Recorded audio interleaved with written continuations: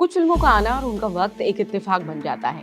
जैसे 22 जनवरी 2024 को जब राम मंदिर में प्राण प्रतिष्ठा होने वाली है, तो ठीक उससे 10 दिन पहले लगभग 12 जनवरी को रिलीज हुई फिल्म हनुमान। जी हाँ, हनुमान ही है ये फिल्म। दरअसल ये फिल्म हनुमान जी की शक्तियों से प्रेरित एक सुपरमैन की कहानी है, लिहाजा मेकर्स ने इसे नाम दिया हनुमान। कहानी लगभग ऐसी ही है। अंजनाद्री इलाके की एक जगह है, उसका नाम बताया गया है। हालांकि फिल्म में एक काल्पनिक जगह बताई गई है और यहाँ पर रहने वाले एक लड़के हनुमंतु की ये कहानी है, जो जीवन में ये जानता नहीं है कि उसे क्या करना है, या फिर जिसका कोई टारगेट नहीं है, कोई एम्बिशन नहीं है, कोई गोल नहीं है। गांव का सबसे नाकारा लड़का उसे समझा जाता है और फिर कैसे एक दिन अचानक से उसे हनुमान जी की कुछ ऐसी अद्भुत शक्तियां मिलती हैं, जिसके बाद वो बन जाता है सुपरमैन। और उसके बाद वही होता है जो हमने अक्सर सुपरमैन या सुपर हीरोज़ की फिल्म्स में देखा है।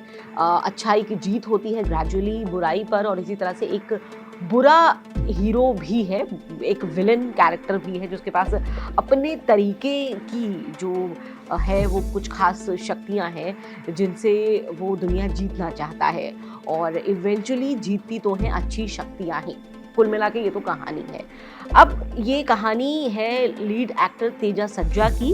तेजा सज्जा को आप इससे पहले चिरंजीवी की इंदिरा द टाइगर ज़रूर आपने देखी होगी। उसमें जो चाइल्ड आर्टिस्ट है, चिरंजीवी का जो बचपन का किरदार जिन्होंने प्ले किया है, वो है तेजा सज्जा। और निर्देशक है प्रशांत वर्मा।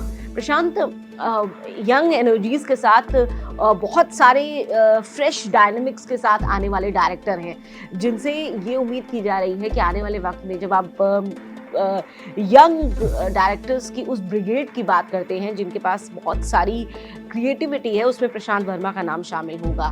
तो प्रशांत वर्मा की फिल्म में इसकी चर्चा लगातार हो रही थी। ज़्यादा चर्चा इसलिए भी थी क्योंकि आदिपुरुष की डिबैकल के ठीक बाद इसका टीजर रिलीज किया गया था, और इसलिए सामने आया कि अरे देखिए, इतनी कम बजट वाली फिल्म हनुमान का आप ग्राफिक्स देखिए, वीएफएक्स देखिए, म्यूजिक देखिए, सिनेमैटोग्राफी कमाल की है, इसमें कोई डाउट नहीं है। लेकिन फिल्म मार कहाँ खा जाती है, ये हम आपको बताते हैं। तेजा सज्जा की पहली पैन इंडियन फिल्म है, यानी कि वो जो साउथ में फिल्म्स कर चुके हैं अब तक 5-6, और अच्छे अभिनेता वहाँ के माने जाते हैं, अच्छे अभिनेता हैं भी वो।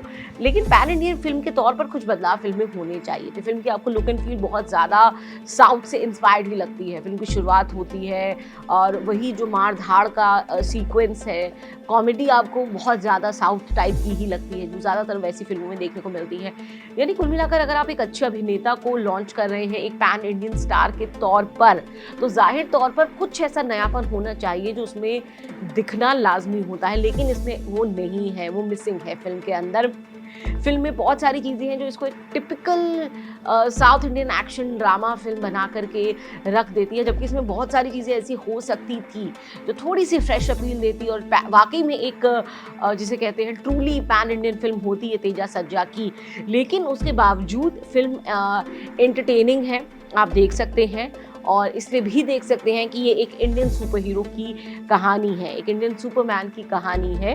तो कोई कुछ चीज़ें जो आपको एग्जैजरेशन लगती है, जो आपको लगता है कि ये कैसे हो गया, ये असंभव सा है, तो ये मत भूलिए कि अगर आप हॉलीवुड के सुपर हीरोज़ की कहानियाँ देखते हैं तो उसमें भी ज़्यादातर जो चीज़ें हैं वो अनबिलीवेबल होती हैं कि अरे ये कैसे हो गया, ये कहाँ से आ गया, ये कैसे हीरो वहाँ कैसे पहुँच गया, ये हो नहीं सकता टाइप की चीज़ें जो हैं, तो वो आप अपनी फिल्मों में अपने सुपर हीरो से भी एक्सपेक्ट कर सकते हैं और एक्सेप्ट भी कर सकते हैं। उसमें कोई गुरेज नहीं होना चाहिए। सिनेमैटोग्राफी अच्छी है, कहानी आपको बांधे रखेगी। स्टार्टिंग आपको थोड़ी बहुत नीरस टाइप की लग सकती है या फिर समझ नहीं आती है, कुछ कन्फ्यूजन सी लगती है कि ये क्या हो रहा है, लेकिन उसके बाद ग्रेजुअली जो फिल्म है उसके जो इवेंट्स जैसे जैसे अनफोल्ड होते हैं वो आपको एक एंटरटेनिंग मोड में लेकर के जाते हैं, तो फिल्म कुल मिला के देख सकते हैं। सिनेमैटोग्राफी अच्छी है, फिल्म में किरदारों का चुनाव अच्छा किया गया है, जो है वो सूट कर रहा है। लेकिन जैसा कि मैंने कहा कि अगर आपने इसको एक पैन इंडियन फिल्म के तौर पर प्रमोट किया था और फिल्म की बज़ भी उस लिहाज से बनी हुई थी, तो कुछ कैरेक्टर्स भी इसमें ऐसे और हो सकते थे जो जिनकी पैन इंडियन अपील है। It's out and out south Indian film. और क्योंकि इसमें जो ट्रीटमेंट है किरदारों का, कहानी का, कॉमेडी जिस तरीके से है, म्यूज़िक, डांस, वो सब कुछ जो है वो एक रीजनल सिनेमा की फील दे रहा है। वो कहीं एक हिंड्रेंस बन सकती है फिल्म को पैन इंडियन लेवल पर एक फ्लो के साथ ले जाने के लिए। Otherwise, it's an entertaining film. It's a good film. It's a one-time watch for sure. You can watch it for Teja Sajja. You can watch it for Prashant Verma. You can watch it for Hanuman Ji's Bhakti, or you can watch it as a pre-celebrations for Ram Mandir.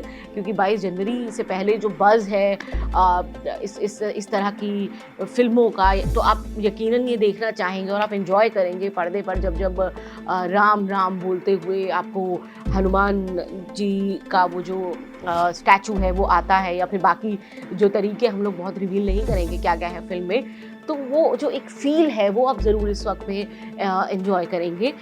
अच्छी साफ़ सुथरी family film है, इसलिए भी आप देख सकते हैं। तो यूए सर्टिफिकेट फिल्म को इसीलिए मिला है। तो एक एंटरटेनिंग फिल्म है, but it's not a pan Indian film as per the direction and as per the feel which you are going to see on screen. It could be a pan Indian film in a lot better sense. तो इस लिहाज से हम इसे देते हैं 3.5 stars out of 5। तो 5 में से 3.5 डिजी स्टार्स हम दे रहे हैं हनुमान को। लेकिन फिर हम कहेंगे तेजा सज्जा है, गजब के एक्टर है, बहुत अच्छे एक्टर हैं, वर्सेटाइल डायनामिक यंग एक्टर हैं जिन्हें और मौके मिलने चाहिए। प्रशांत वर्मा की डायरेक्शन भी ईमानदार है। लेकिन पैन इंडियन फिल्म जब आप बनाते हैं तो आपको अपना दायरा थोड़ा सा बड़ा करना चाहिए, जिसकी आपको ज़रूरत है। कुल मिला के एक वॉचेबल फिल्म है हनुमान।